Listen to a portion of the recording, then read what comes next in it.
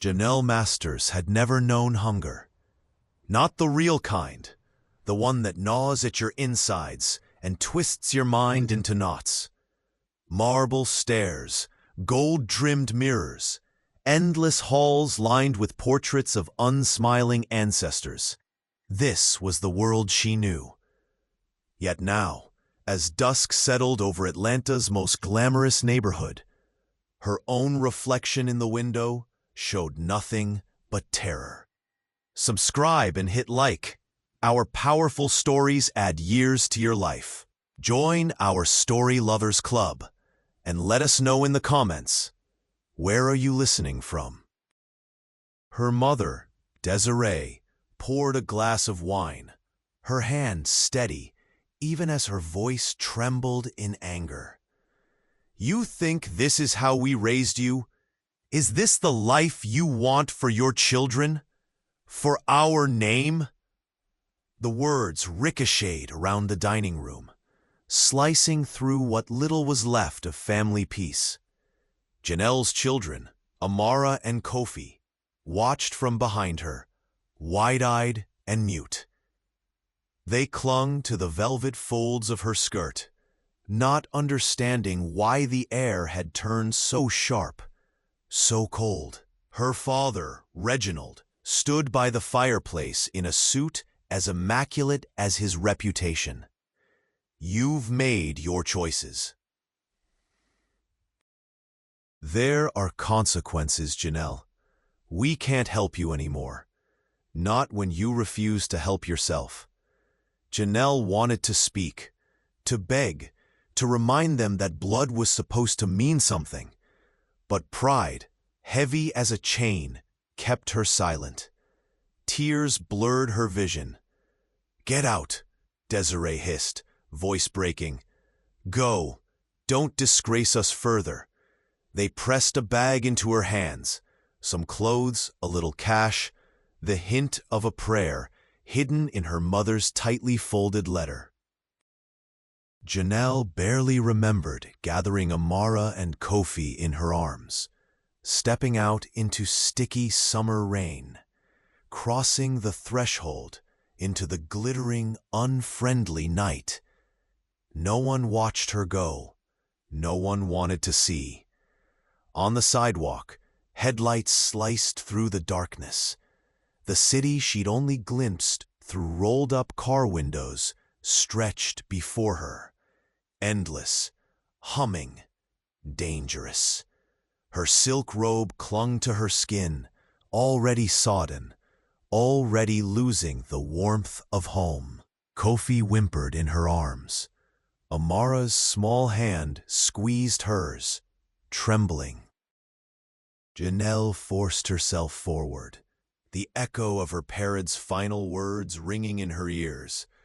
Across the city, the lights gleamed like shattered glass, beautiful and sharp enough to bleed. For the first time, Janelle felt hunger, the hunger for hope, for safety, for one person to care.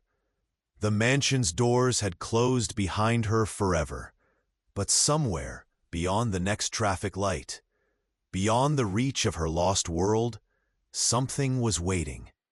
No one saw her go. The first night, Janelle hid beneath the awning of a shuttered bakery, rocking Kofi while Amara snuggled close. The city did not forgive trespassers. Sirens wailed somewhere distant. Neon spilled across cracked sidewalks. Every footstep sounded like a threat, every passing face a warning. By sunrise, hunger bloomed inside them. The coins in her bag felt pitiful. She spent most on a shared sandwich at a corner deli. Amara asked for more, her eyes hopeful.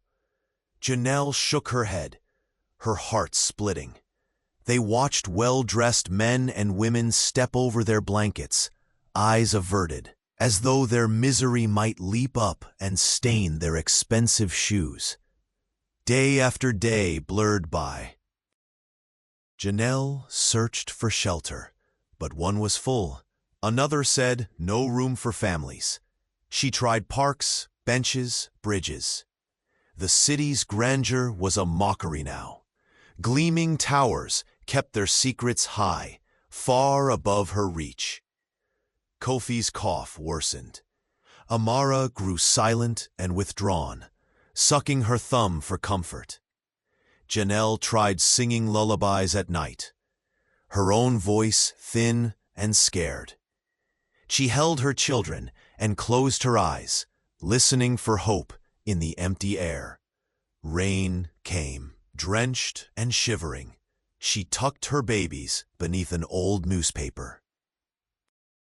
She clutched them tight, desperate for warmth, remembering stories her grandmother had told of how strength grew in darkness. But every hour felt longer than the last. A man in a faded jacket passed by, tossing an orange peel at their feet. A woman muttered, "Disgusting shame," loud enough for Janelle to hear. The city had eyes, but no kindness. By the third night, she was stretched thin, muscles aching, knees bruised, nerves frayed. She counted her children's breaths in the shadows, praying none would fail. One Sunday evening, a group from a church offered hot chocolate and prayer. Janelle accepted both, but the warmth faded quickly, and the prayers couldn't fill her children's stomachs. She tried to keep her dignity as she asked for help, one hand clutching Amara, the other shielding Kofi, eyes darting, always searching, never trusting. Would the world let her drown, or would a hand reach out? At dawn, Janelle sat by a playground, watching Kofi dig in the mulch for hidden treasures. Amara tugged at her sleeve. "Mommy, what's next?" Janelle did not know. Clouds hung low overhead, heavy with more rain, heavy with promise or threat.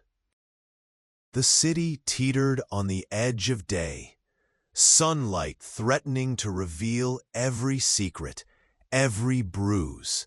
Somewhere, she believed, someone had to care. The alternative was unthinkable. That morning, beneath a leaden sky, Janelle noticed a man watching her from across the playground. He sat on a battered bench, a coffee steaming in one hand, a duffel bag at his feet. He could have been anyone, a threat, a busybody, even another soul swept away by the city. Instinct screamed caution, but exhaustion dulled her fear. The man rose and walked toward her.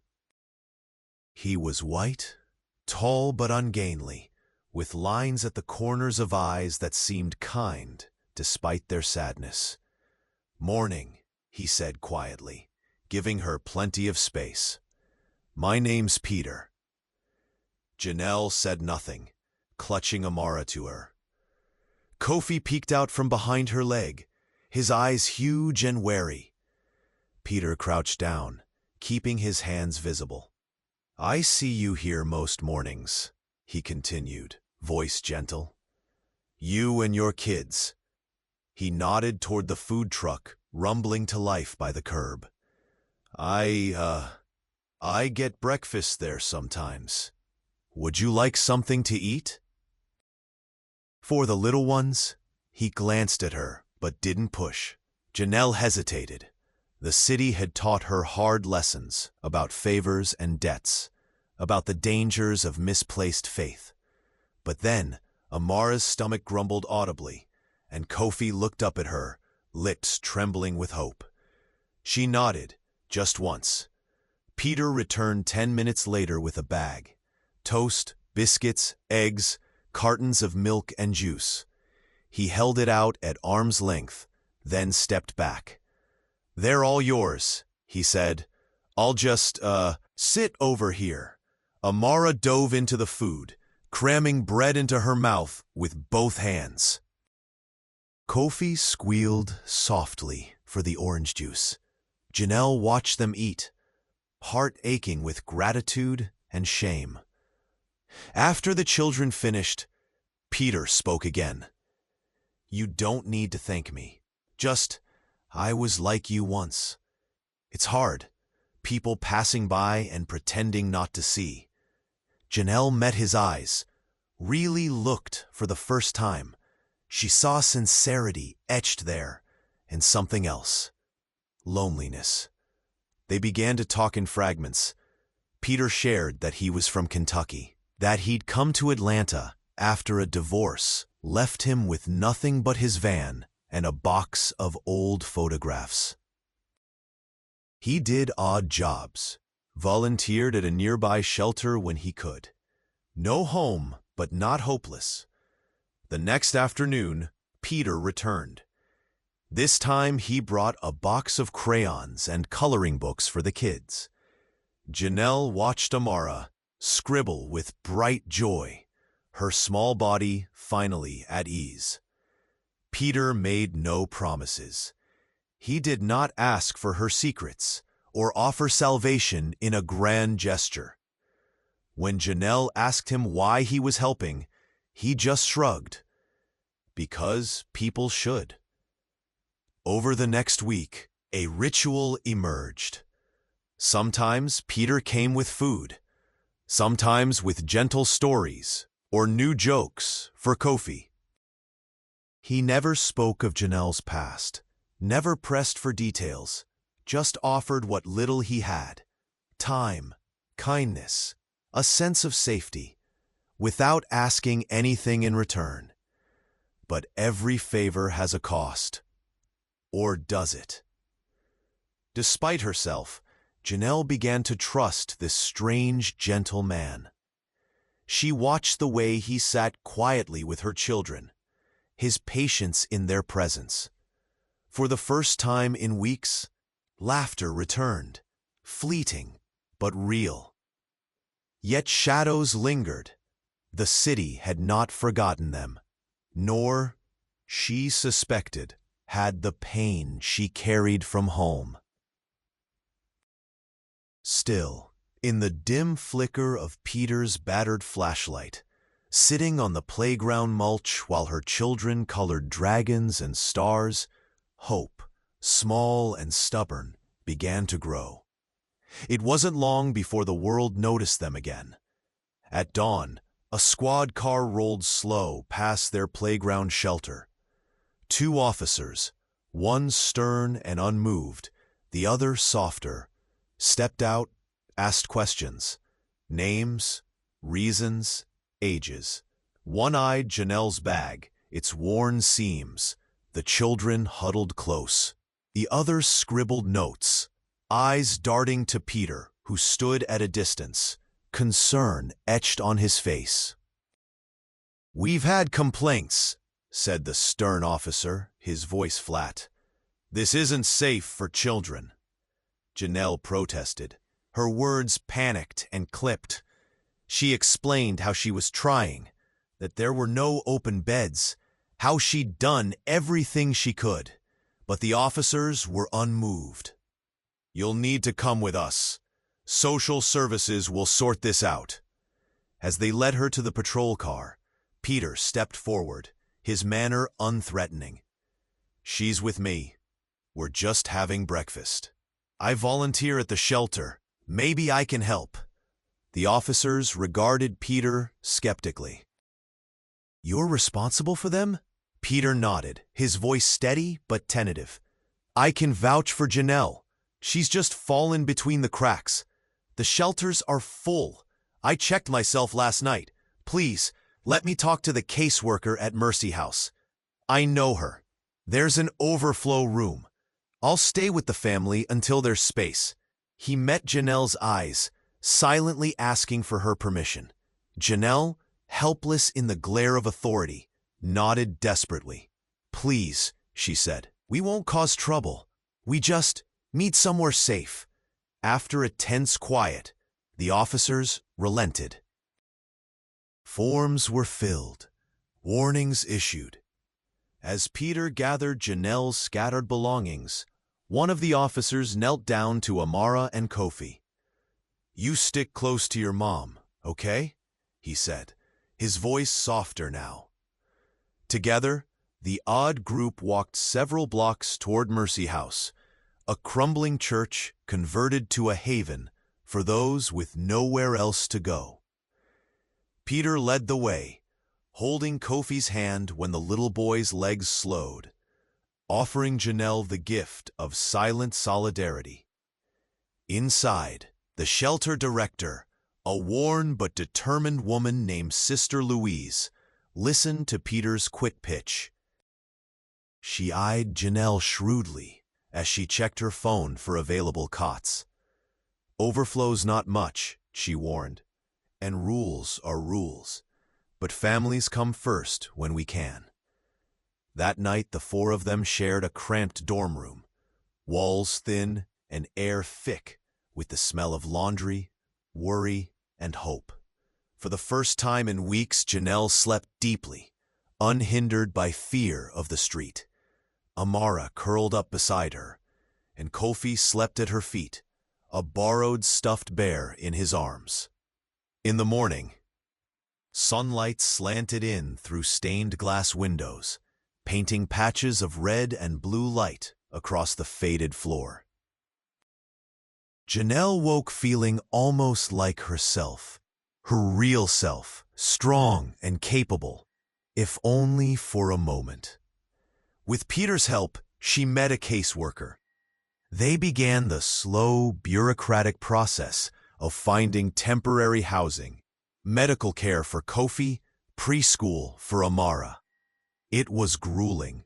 Progress measured in inches, not miles. Not every promise came true. There were forms to fill, queues to wait in, and sometimes doors still slammed shut. But by now, Janelle knew, against the current, you do not give up swimming. You endure. Each night, as her children drifted to sleep, Janelle whispered gratitude in the darkness. For strangers who brought food, for Peter's unwavering kindness, for shelters with thin cots and hope enough to share. The city was still sharp and cold beyond the doors. Her old life, her parents' house and judgment, seemed another universe.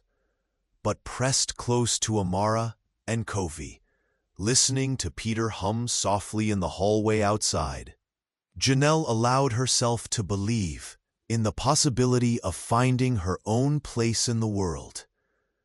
A place built not on marble and silence, but on survival, courage, and grace.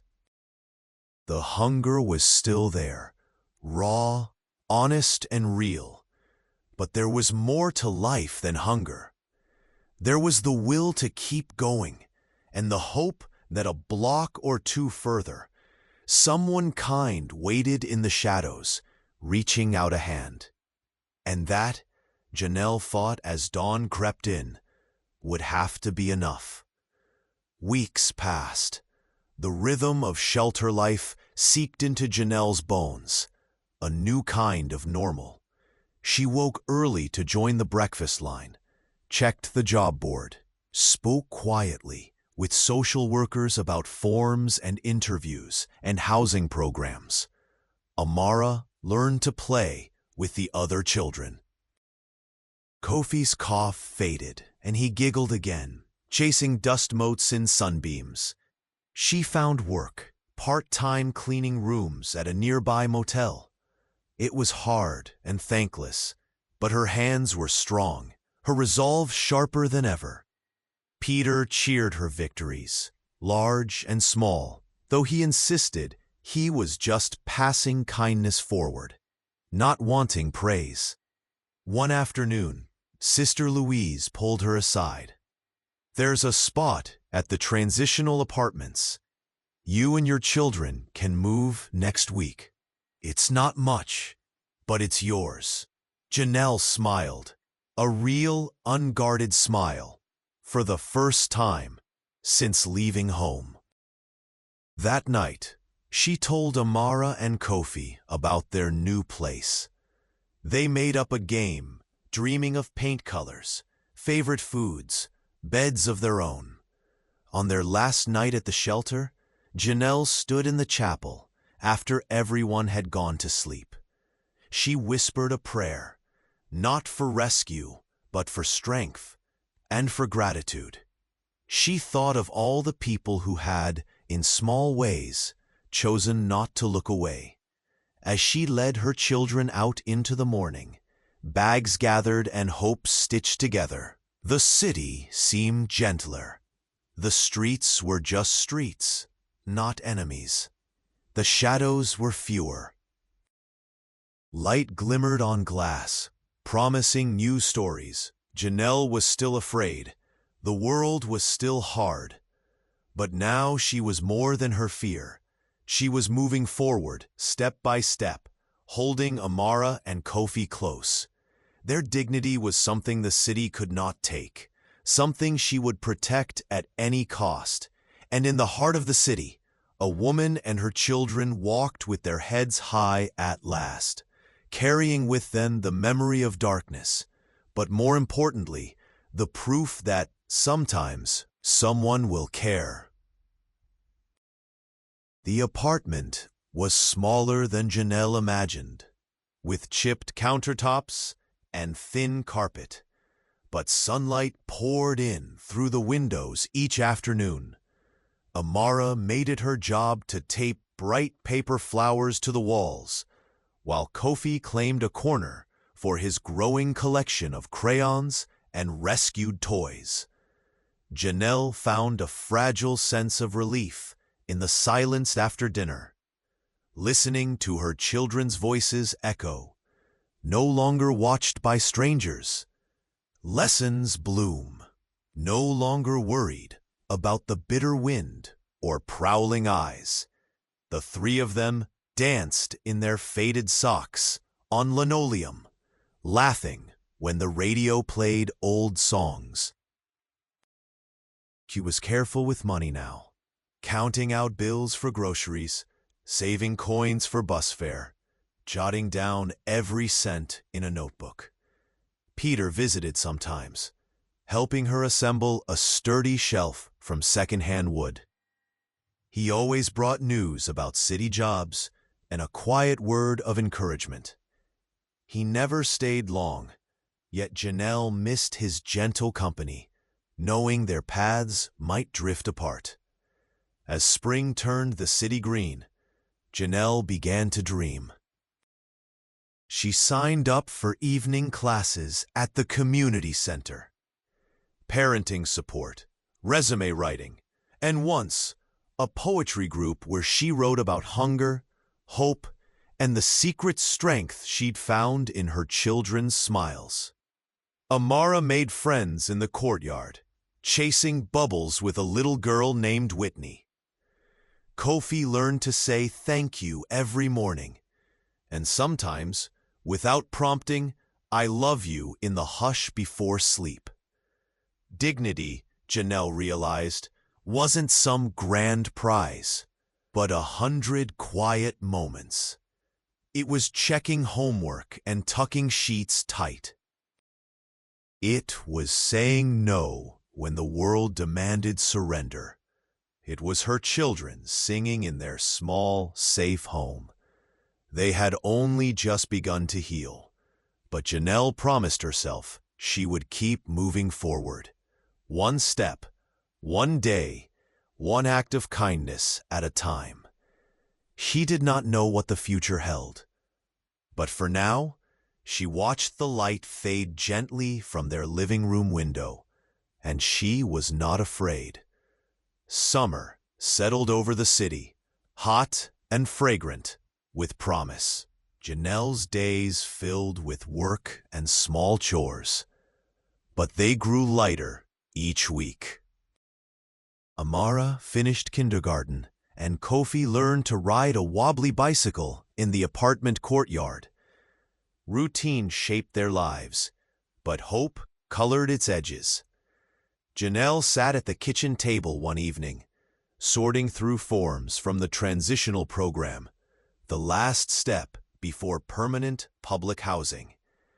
She felt the old anxiety stirring, but breathed slow, remembering Peter's advice to take each day as it came. At last, the phone call arrived. "You've been approved," said the caseworker, her voice threaded with real warmth. "Your lease starts next month. Congratulations, Janelle." "You've made it." Janelle let herself cry, relief and pride flowing together. She thought of her parents, her lost home, the shelter, Sister Louise, and all the faces that had passed her on the street. She wished she could thank every stranger who hadn't looked away. They moved together on a soft Sunday morning into their new apartment. It wasn't perfect, but it was theirs. A place filled with light, laughter, and the smell of fresh bread. Amara painted rainbows on her bedroom wall. Kofi planted beans in the window box, watching the slow miracle of green as if it were magic. Peter stopped by on moving day, carrying groceries. He hugged the kids, nodded quietly to Janelle, and after a long moment, said goodbye. "You don't need me anymore," he said, smiling, "but I'm glad I was here." Janelle understood. Her journey was her own now, but she would never forget those who had walked with her through the coldest part of the night. As the sun set behind the city's towers, Janelle stood at the open window, listening to Amara's laughter and Kofi's quiet humming. She was not unchanged. The scars remained. Life was never so easy, never so simple, but she was home. And home meant possibility, patience, and the fierce love she had always carried. If ever the darkness came again, Janelle knew she would face it, head high, heart open, dignity intact. And for the first time, she truly believed in her children's bright future, carried high on her shoulders as dawn broke in their new beginning.